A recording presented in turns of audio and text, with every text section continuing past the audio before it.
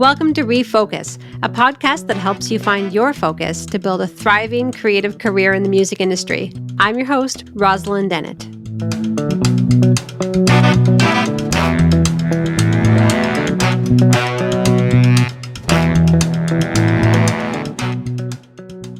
Hello and welcome to ReFolkUs. Our guest today is Kaia Kader. Kaia Kader is a Juno Award-nominated and Polaris Prize-longlisted songwriter of Grenadian-Canadian heritage. Her voice and deft songcraft have garnered acclaim from CBC, BBC Music, and Rolling Stone. Her recent film work has included original music for the CBC BET Plus Emmy-nominated series The Porter, as well as a song placed on Global TV's Mary Kills People. Kaia has toured internationally, including notable performances at NPR's Tiny Desk concerts and Carnegie Hall. In 2021, Kaia took part in the Slaight Music Residency at the Canadian Film Centre and released a new single, Parallels. She's currently working on a full-length album for release in 2023. Welcome, Kaia.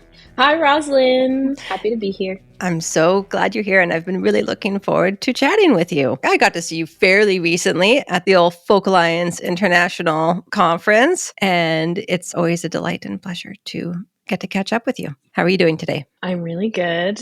It's a very beautiful day in New York City where I live, and I'm talking to you, so couldn't be better. When I first met you, it was way back in the day in Winnipeg, Manitoba.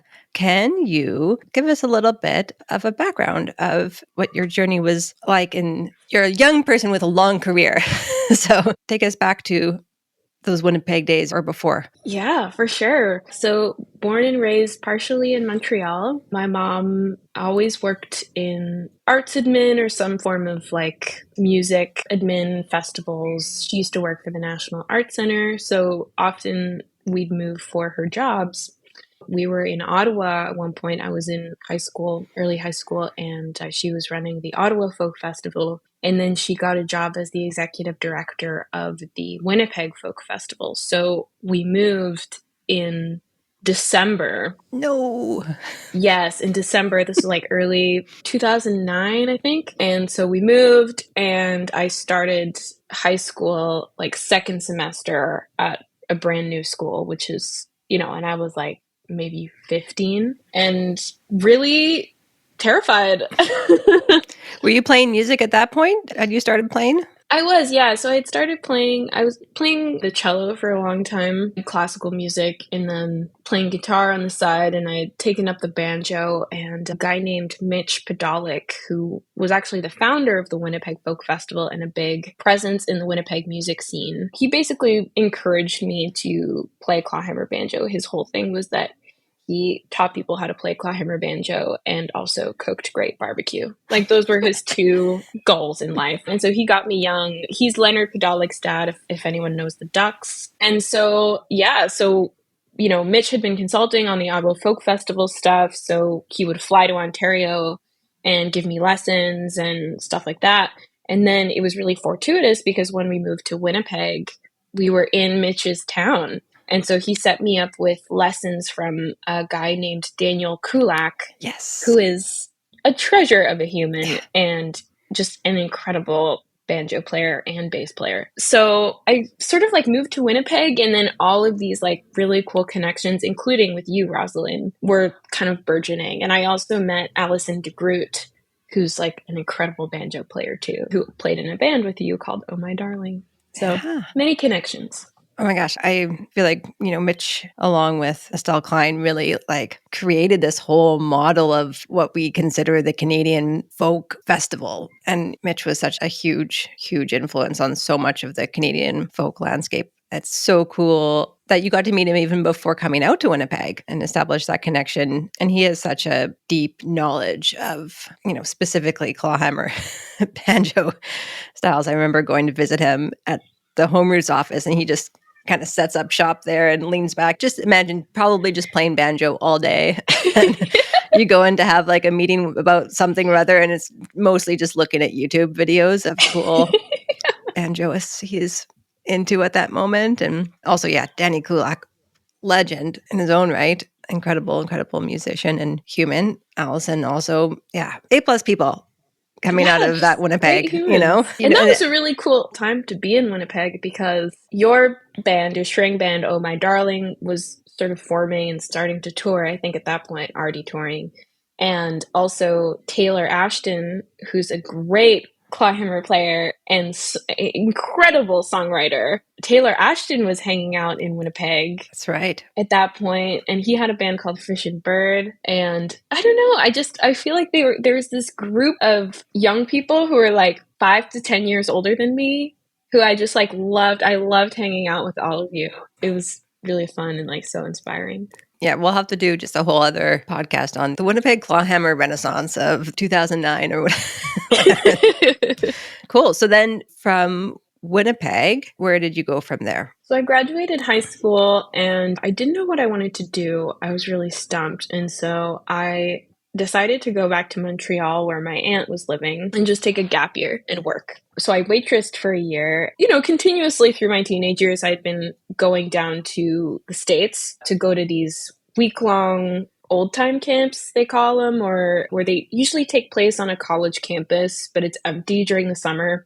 So you can go down and they fly in some teachers and you just like take classes for a week. And then, you know, at night there's square dances or jams. And so it's this way of like learning old time music in a really concentrated format. And Mitch, again, was the one who encouraged me to go, and he encouraged my mom to send me down. And so we had a garage sale actually once to raise the funds for me to go to this camp called the Swannanoa Gathering. And then another time I had like a benefit concert. So I was constantly raising money to like fly down to the States and study with these teachers. And while I was waitressing in Montreal, I decided to apply for a scholarship to go to the Augusta Heritage Center camp that's in Elkins, West Virginia, at Davis and Elkins College. And so I sent in this little EP that I had made, and I was like, well, I'll like mail it to them or send it to them, and then they can hear like what I've been doing and where my playing level is at.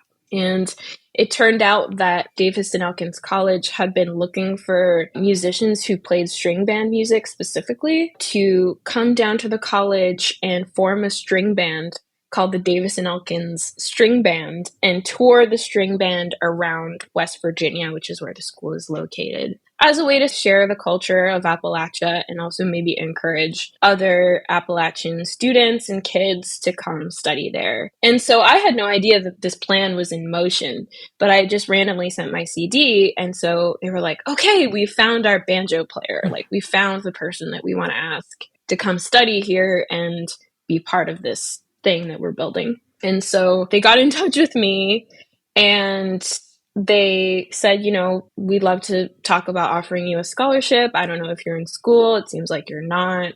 Why don't you come down May long weekend and just check it out? Just check out the campus. And so I went down with my mom and my aunt and my grandma. And yeah, they just gave me this scholarship proposal that was really amazing and would have made it sort of like an equal price for me to go to a Canadian school versus an American school that are, you know, private American colleges are stupid expensive. And so I was like, yeah, let's do it. And so by 2012, I was in my freshman year in this tiny town, Elkins, West Virginia, kind of like on scholarship and just curious about learning more about old time music. And when you submitted that EP, was this your material? Like, were you songwriting at that point? I was, but I was quite shy about it. So if someone asked me if I was a songwriter, I'd say no, I'm a banjo player who likes to write songs occasionally. And you were able to do some, like, it just seemed like there was a lot of creative projects going on around that time that you were at the college. But you did some like interesting interdisciplinary collabs, I remember, with dancers and other multidisciplinary artists. Did that kind of help you spark that creativity to start composing more? Oh, that's a great question. Yeah, so a little background is they started this string band program, which wasn't necessarily a credited program. Like, they didn't have a music major, but they had like a couple classes that you could take in string band music. And they also had like a clogging class, like a percussive dance class that was specific to like Appalachian dance. And out of that class, they actually introduced an entire dance program. It's called like a vernacular dance program. So swing dance, tap, traditional Quebecois dance, you know, like Appalachian stuff. So there are a bunch of dancers who were incredible who came down and followed the musicians down to this college. And so it was through that we started having these mini collaborations, and we were all like in our late teens and early 20s. And it was kind of cool because we were into this like really niche kind of music, but the dancers had this entirely other language for like swing music and jazz and tap. And so it was just really cool to collaborate with them. And yeah, I think the program provided this kind of safety for me to say to people like, oh, I'm studying string band music. But then there were these pockets where I could have some creativity and where there was room for me to write songs and it was fully embraced, you know? And so I think it was like a nice little cocoon for me to like spread my little wings and try stuff out. And then I would go home for the summers and waitress again and make records. It was this like nice kind of balance for me, even though looking back, I was just busy all the time. But it was like a little incubator, you know. And then at the end in 2016, when I finished college and graduated, I put out 9-Pin, which was my second album, but it was the one that I actually toured with. Incredible album, 9-Pin. Let's talk a little bit about when you started recording your own music and what that was like for you. So I know that you do a lot of collaboration with like producers and other artists. When you were making 9-Pin, was there a concept to it? You know, did you kind of go in with an idea of the album you wanted to make, or was it more of an organic process? I have been working with a guy named Chris Bartosh, who's an incredible producer and musician. He plays the 5-string fiddle. He's very good at electric guitar. And I first met Chris, we basically jammed on fiddle and banjo, like at a festival. And what struck me about Chris is, you know, he was like 20, maybe 30 years older than me, but he always treated me like an equal. And I've noticed that like as a pattern with people or mentors who I've really gotten along with, like Mitch or Chris, is that they meet you where you're at and there's like no talking down to you, which as a young woman, like, you know that, you know, when you're learning an instrument, it can be very common to have people treat you poorly, or even if you're not, just living your life. Mm-hmm. So I collaborated with Chris on my first album, Sorrowbound, and then again on 9-Pin. And I told Chris, I said, like, I'm playing hours of string band music in West Virginia. I don't want to make a string band record. Like, I'm already doing that. I'm already playing with like fiddle and bass and like rhythm guitar. Like, I just don't want to do that. And he was like, say no more. And so we went into the studio. I only had money for one day in the studio in Toronto. This was at Canterbury Studios, and it was like $1,000 a day, which seemed just mind-blowing to me. And Chris is like, he's a bit of a like funny duck. And this was my winter vacation from school. This is like winter 2015. And he's like, all right, we have to wait until like the phases of the moon line up. We have to just like practice with the band and then wait and like pick the day.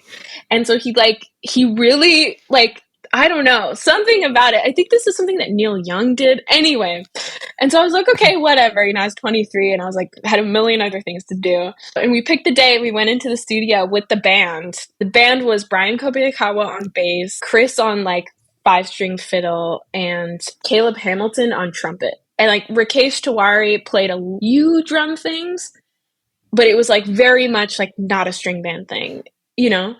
And so we did that, and like miraculously, I think I did like 9 or 10 songs in one studio day, which right now seems like, what the hell were we thinking? Like, I was like, wild. I need Chris's moon calendar.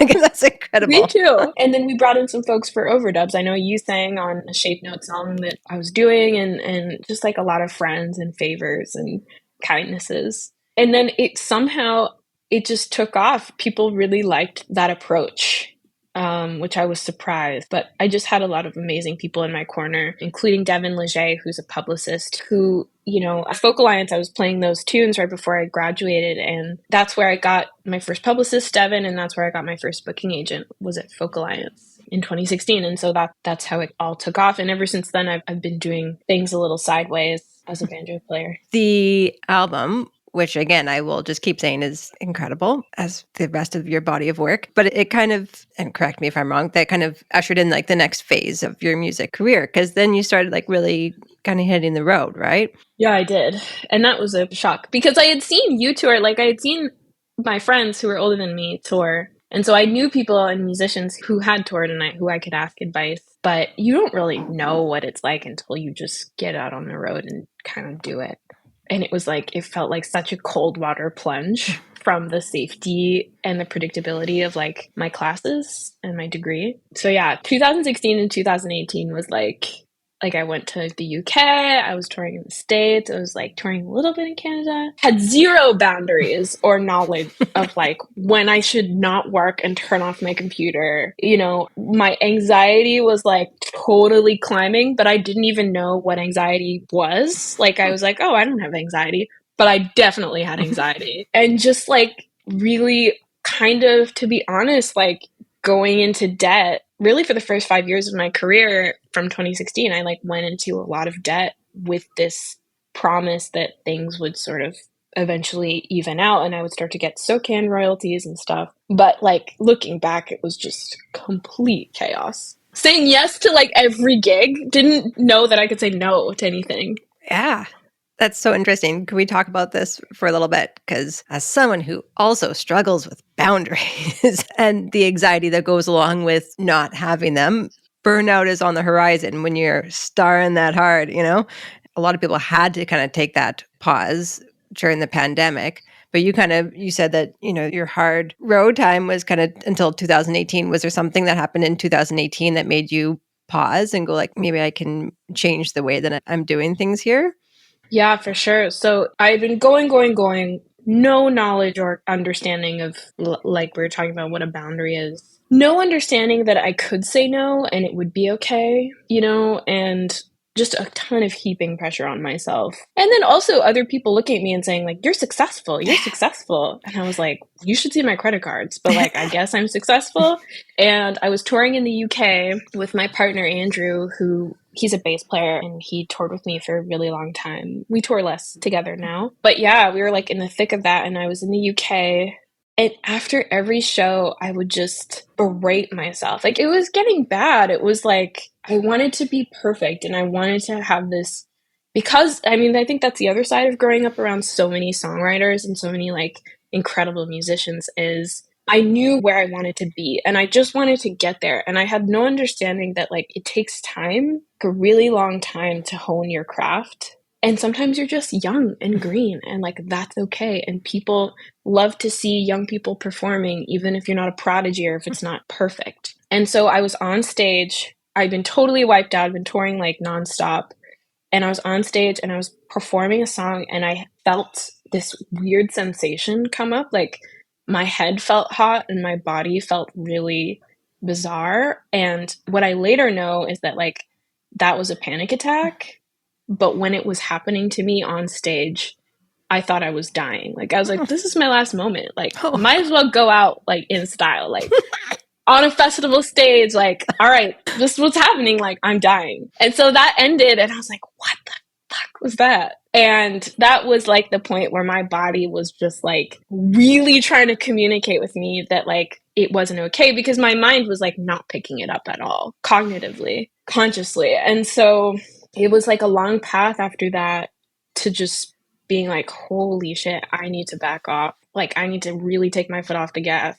I need to communicate with my entire team that I'm only human and I can only do so much, you know, and I need to go to freaking therapy. Like I need to go to therapy. And so, yeah, so that was 2018 when I was like, okay, maybe I can only do 3 weeks on the road at most, you know, before I start to sort of lose it. And it, you know what, turns out that like most musicians on the road have like a limit to what they can do. And they, you know, you don't want to be on the road for a month because it freaking destroys your body and your mind.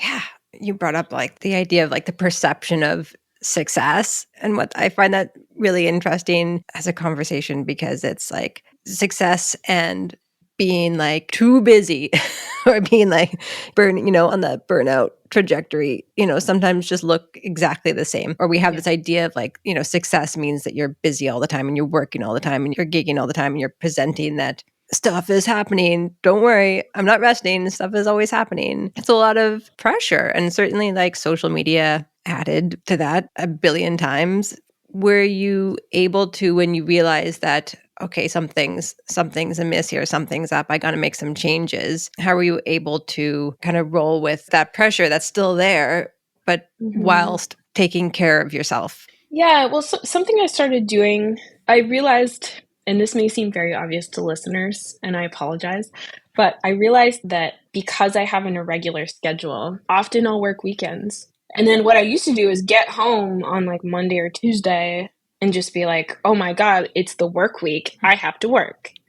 And what I didn't realize is like, no, I just had my work week. And so these like frames of like capitalism in like weeks and weekends and feeling like if you're not productive during the week, then something's wrong. And so this woman named Beth Pickens, she works with artists and she works with boundaries within the art that you create in like non-traditional careers. And she talks about how you should take 2 days, but if you can't take 2 days, take 1 day where you don't do anything that's related to monetizing. So like my songwriting is actually related to like monetizing. And so I can take a day or 2 days off songwriting. Maybe I learn to play the bass, and that's completely different than something that I would ever monetize. Or like an email, answering an email is related to like monetizing something. And so having that framework, I always thought it was like, well, if I'm not playing music, then I'm taking a day off. But like then I'm answering emails related to my career. And so that really helped me form this idea that I need a weekend too, you know, and I need like a couple days off answering emails too, even if my weekend is like Wednesday, Thursday, or Monday, Tuesday. That has been hard to stick with, but it was really helpful as a framework to understanding like what we do as artists, which is like in French they call it like éparpillé, like it's really spread apart. Like even giving a lesson, you're not taking a day off, you know, like because that's related to monetizing something. That's amazing advice. And just like acknowledging where our workplaces are, you know. I remember the first time I ever went to therapy and speaking to the therapist, talking about a situation that happened. And then, you know, my colleague said this, but it was, you know, 2 a.m. at this venue. And then she's like, why are you working at 2 a.m.? I was like, whoa, there's a lot you don't understand. You know, why is your boss calling you at 1 a.m. on a weekend? It's like, well, great question. But, you know, it's because we're doing events and we're putting on showcases that go until 3 a.m. at conferences. And there's a whole world of work that exists in unconventional to the general world of work places. And it's, I think for a lot of folks working, you know, not just as artists, but in the music industry, it can be hard to recognize when you're putting in those hours, even if it's in something that's a little, maybe it's fun. Oh my gosh, maybe you're having fun. I don't know, maybe. But yeah, that's really interesting and awesome that you got to work with somebody in the mental health space that understands being an artist and what that's like, or like just the kind of working in the creative space. Yeah, absolutely. I hear what you're saying about like, you know, saying you're working until 2 a.m. and having people like wide-eyed and being like, what? Like, you're like, no, it's cool. I like it. Yeah, exactly. But like, also it's killing me. Yeah, I know. That's such a fine line because, when you were talking about hours too, I had 2 babies recently-ish. And, you know, that meant as a, you know, person who's working an industry job, but in like an arts organization space, which can be typically like a 9 to 5 space, I was up all night. I'm still up all night with like with kids. And during the day, sometimes I'm like, you know, just staring at a screen, being like, I can't. My brain is not in that function zone. But for some reason at like 9:30 p.m., it's like,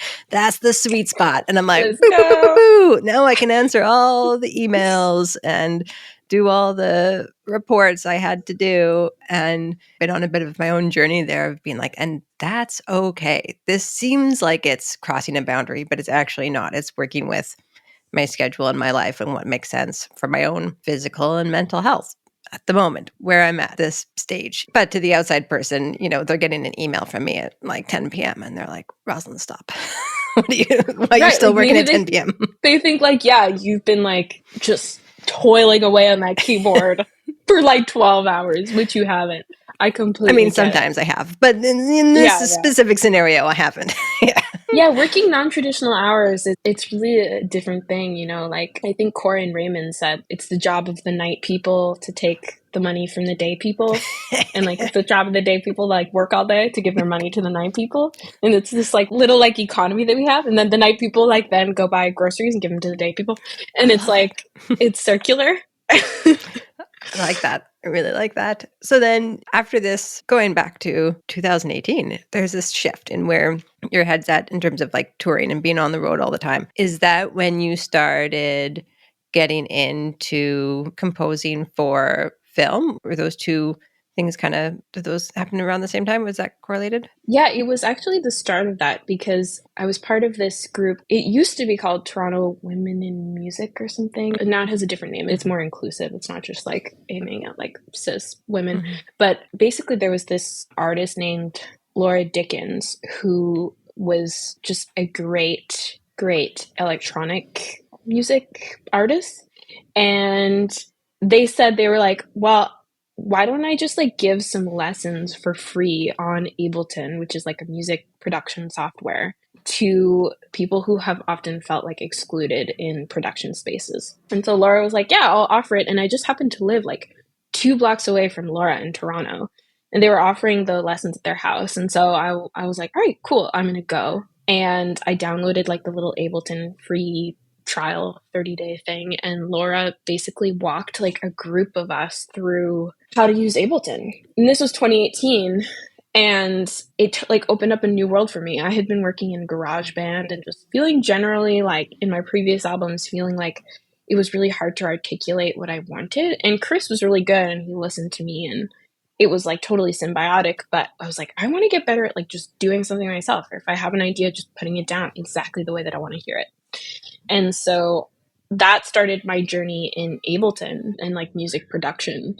And I went to a SOCAN Foundation run program in 2020 that's called Production X Equity Program, which we can put in the show notes. I'll send a link. And it basically you can apply if, you know, you're part of a marginalized background and you want to learn Ableton for a week. And so that was the next course I went and did. And actually, Laura was one of the co-teachers in that. And it was like a group of us. And it felt really safe and like cool to ask questions and to like show each other what we were doing or to help each other out. And so those sort of like collaborative initiatives that were happening in Toronto around that time gave me enough confidence to start recording my own music or including some production stuff in my live shows, which then gave me the confidence to apply for this film program, this composing program, because I was like, oh yeah, I know how to record stuff and, you know, build a synth or whatever it is.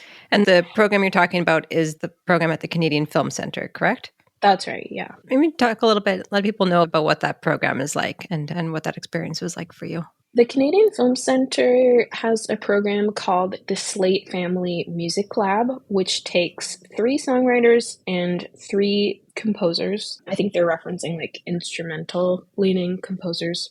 And it's a 6-month program. It's a bursaried program, so you get paid to participate. There's no fee to participate. And they take you, it's a part-time program, so usually they have an intensive right at the beginning, and then it sort of tapers off. But they take you through the fundamentals and basics of composing, what a cue is, how a TV show would typically run. And then they give you these case studies where you get a particular kind of like film or like a scene, and you work with a mentor in learning how to score, let's say, a romantic comedy or a drama or a horror film. And each unit has its different sort of genre, and you go through it and you can send feedback back to your mentor. There's like a couple of drafts that you do. And yeah, and so it just sort of takes you through the whole thing. And then at the end, your final project is you get to come up with a concept for a short film.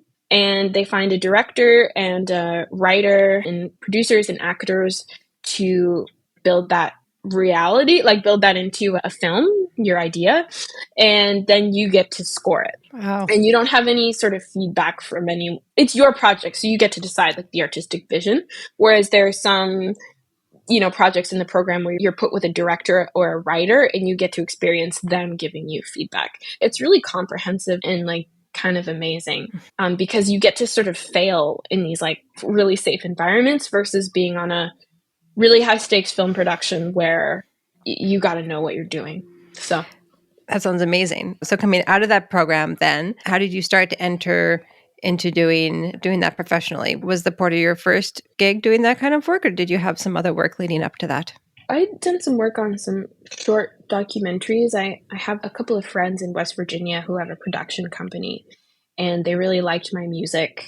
And when they found out that I was doing film composing, they were like, oh, why don't you try out this short documentary or this or that? So that was mostly my realm. And then a woman named Kaia who works at a music supervision company called The Wilders, she got in touch because they were working on the Porter, and she knew my music. And we had met a year prior to me doing the program, and I said, what can I do to like write for film? And she was like, do more of it, do some exercises, get better. And so I think she saw that I was like really trying to go in that direction. And so she suggested my name as a songwriter on the show. And I don't know if folks really know a ton about it, but it's the biggest Black-led TV series in Canadian history. And, the directors and producers were willing to take a shot on me, but they offered me like one scene, and they had very specific ideas about, how do you write for this character?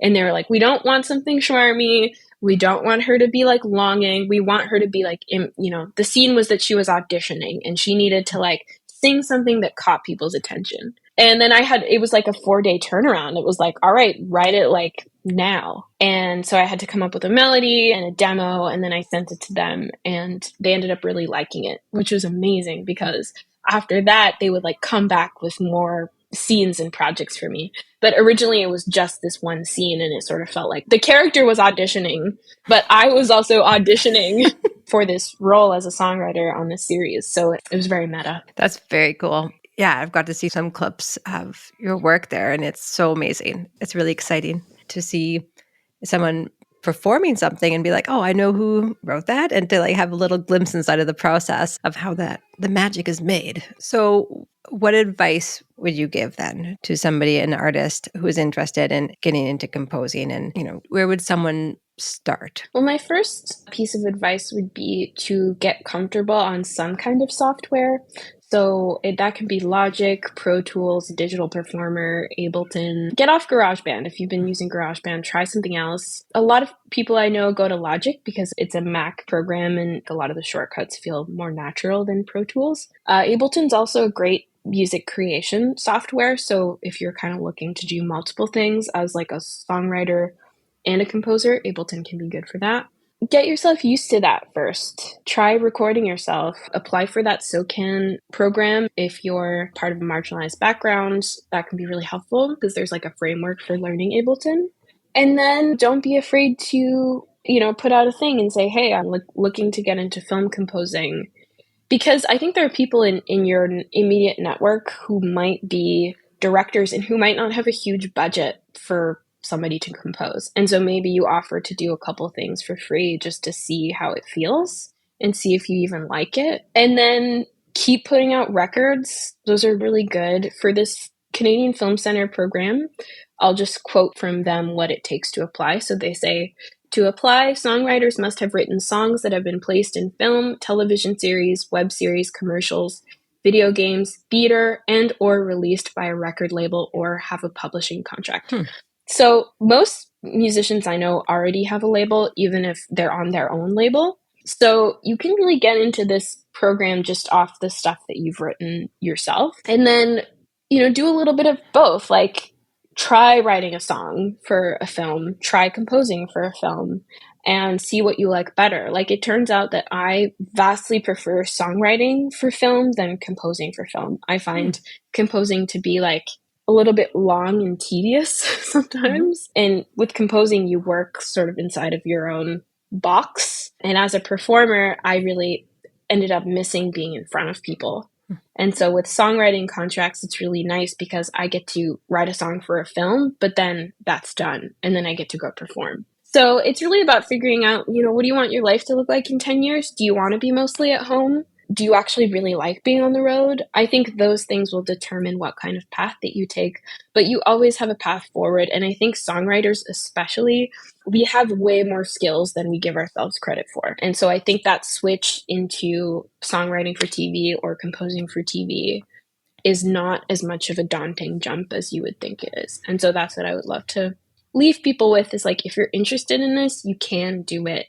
It's totally achievable. That's incredible advice. And I love the space that's left there for creating your own balance. It's been so wonderful to chat with you, Kaia. Thank you so much. Before we wrap up, though, can you tell us a little bit about what's the next thing that you got going on?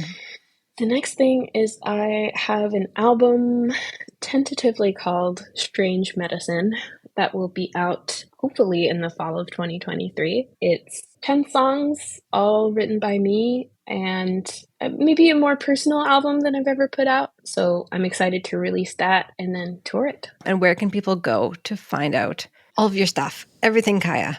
You can go to my website, which is www.kaiacater.com, and I'm at Kaia Cater on all the social media sites like TikTok and Instagram and Facebook, so you can connect with me there. You can also sign up for my email list if you're curious about, keeping in touch and maybe coming to a show.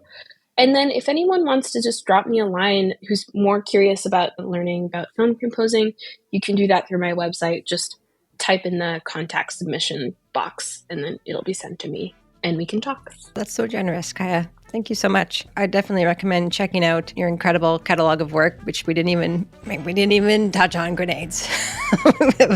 Kaia has just a really amazing body of recorded work that's out there. So I really encourage folks to go check it out wherever you listen to music, and we'll link it in the show notes there. Thank you so much, Kaia. Thank you, Rosalind.